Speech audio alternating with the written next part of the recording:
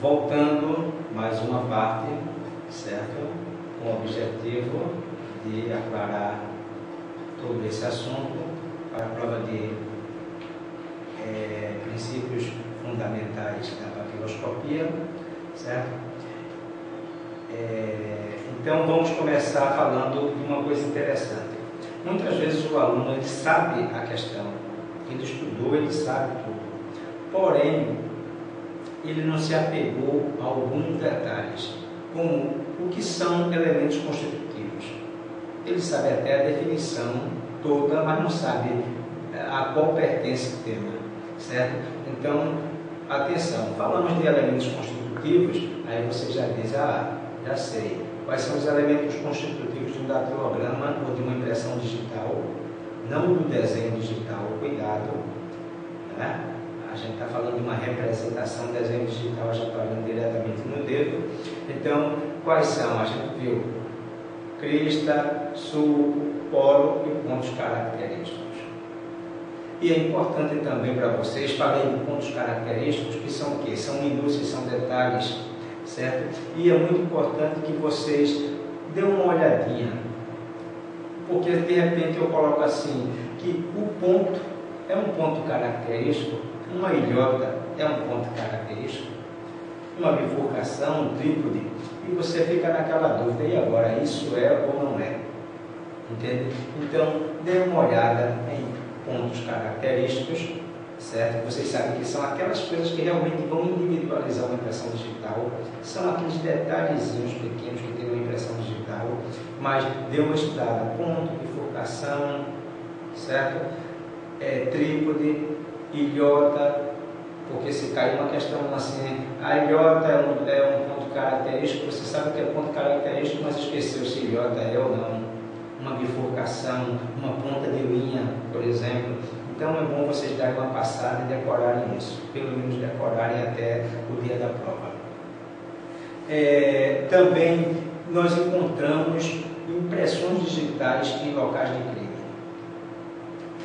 Lembre-se, você é um agente de polícia, você vai entrar no local de crime, vamos supor que seja um quarto, vocês vão entrar no local de crime, e lá, fatalmente, vão ser encontradas impressões digitais. Você não pode estar tocando em nada, porque vão ficar suas impressões digitais, certo? Então, quais são os tipos de impressões digitais encontradas em locais de crimes? Quem foi meu aluno sabe, eu fiz aquele resumo, eu fiz o quê? Vi mola, visíveis, modeladas e latentes. Então, aí, eu sei a definição de visíveis, de modeladas e latentes, errei a questão. Por quê? Porque você dizer, onde estão essas impressões digitais? Em locais de crime, certo? Então, dê uma passada nisso aí. Tipos fundamentais, 1, 2, 3, 4, arco, presídio interna, presídio externa e verticilo. O 5, levei um corte e ficou lá, cicatriz. O 6, amputação. E quando eu não encontro nenhuma classificação aqui dentro desses 4, olha que o 5 e o 6 são acidentes. Um corte é um acidente, uma amputação é um acidente, certo? Mas eu não consegui, não por conta de uma cicatriz, nem por conta de uma amputação, não consegui classificar. Então tem um tal de anômalo, que é o número representado pelo numeral 7, certo? Isso a gente já falou várias vezes, mas voltando para reforçar.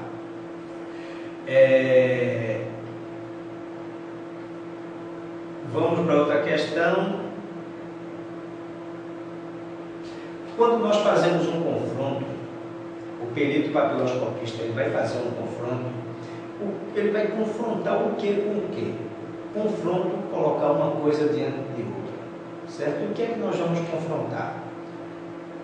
Delegado, já falei, vou repetir, delegado, promotor, juiz, ele quer saber se ele tem uma impressão digital, ele quer saber a quem pertence.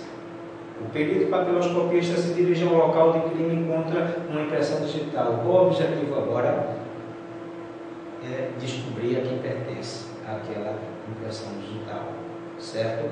Para vocês terem uma ideia, eu chego numa empresa que ela tem 30 funcionários, Então, fatalmente, eu vou ter que comparar a impressão digital ou esse fragmento de impressão digital logo com a impressão digital desses 30 funcionários. Suponhamos que todos tenham uns 10 dedos, 10 vezes 30 vai dar quanto? 300. Não é isso? Então, eu vou pegar esse fragmento, imagina só, um pedacinho, e vou ter que sair comparando com 300 dedos. Certo?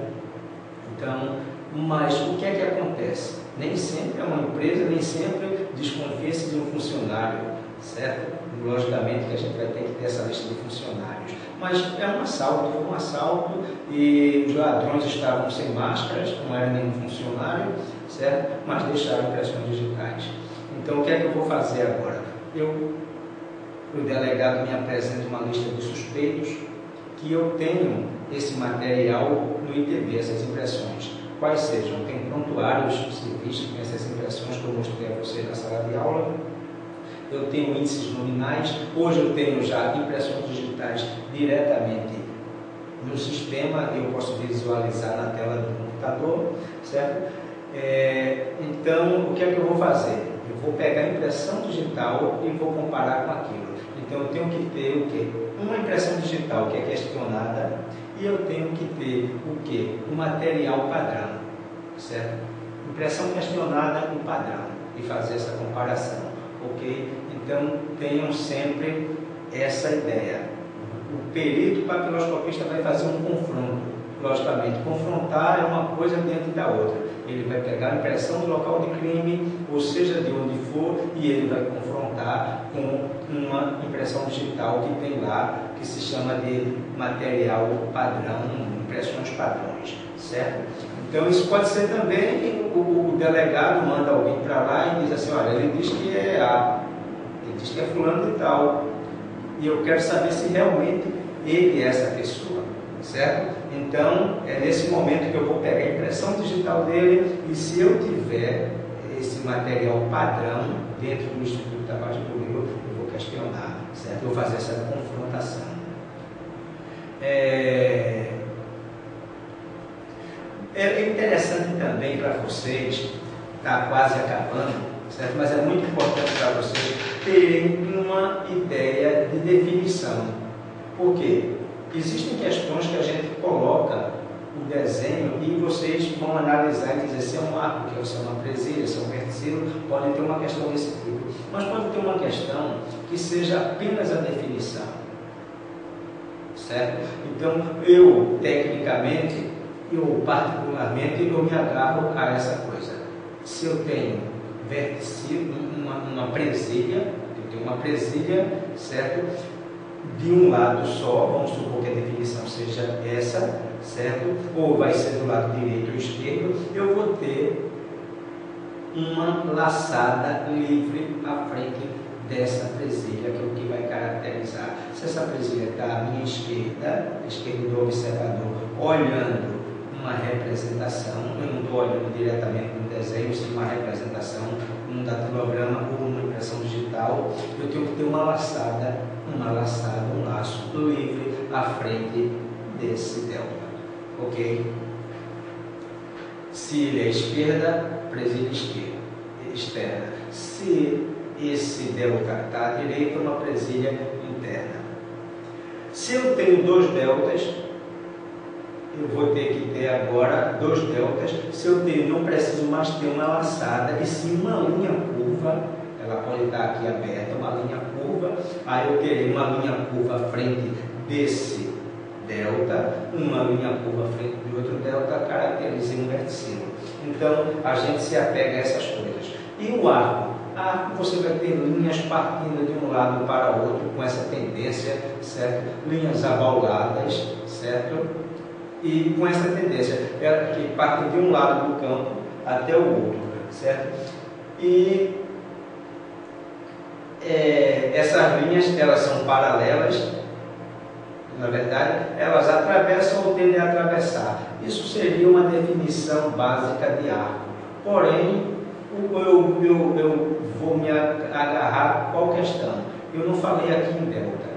Se eu não falei em delta, eu não posso dizer que essa é uma definição, logicamente, eu já elimino, eu não posso dizer que é uma presilha, nem, logicamente, um vértice. Eu não falei em delta, certo? Eu falei em linhas abauladas, mais ou menos paralelas, que partem de um lado para o outro, tendem a chegar do outro lado, seria um arco.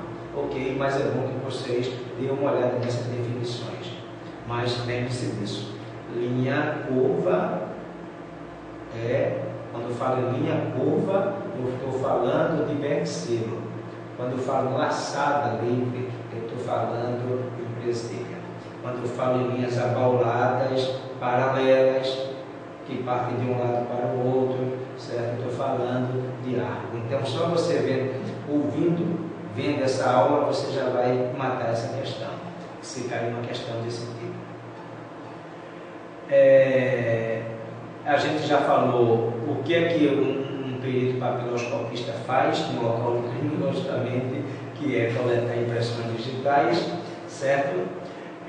A gente já falou muito sobre tipos fundamentais, falamos sobre cicatriz, já falamos sobre amputação, certo? Outra coisa interessante, novamente, tentem pegar essas definições, certo? Eu sempre estou falando aqui, olha, elementos constitutivos, certo? Então, é o que constitui o datilograma. Quando você olha para aquela impressão digital, aquele datilograma no papel, aí você vai ver aquelas linhazinhas pretas, você vai ver o sulco, você não vai ver o polo, mas está presente, como eu mostrei em sala de aula para vocês, o desenho, certo? Polo, e você vai ter pontos característicos. Aí eu digo a você, voltando, enfoque aí, pontos característicos, ponto, ilhota, ponta de linha, bifurcação, triplo, ok? E os pontos, os elementos constitutivos, temos esses 4 em qualquer arco, presilha, verticilo, certo? E nós temos o que? Delta, nós temos o sistema de linhas, certo? A gente tem o que? A linha também, linhas diretrizes, aqui está o delta. Tem o braço do delta, que é uma linha diretriz marginal, que está acima, linha diretriz que está abaixo, basilar. O meio tem o sistema nuclear, lá em cima sistema marginal e aqui embaixo sistema basilar. Ok? Então, pessoal, leiam a prova com atenção. Leiam palavra por palavra, porque as palavras, na rapidez, podem trair vocês. Acredito que vocês vão ter, hoje é quarta-feira, não é isso, Paulinho?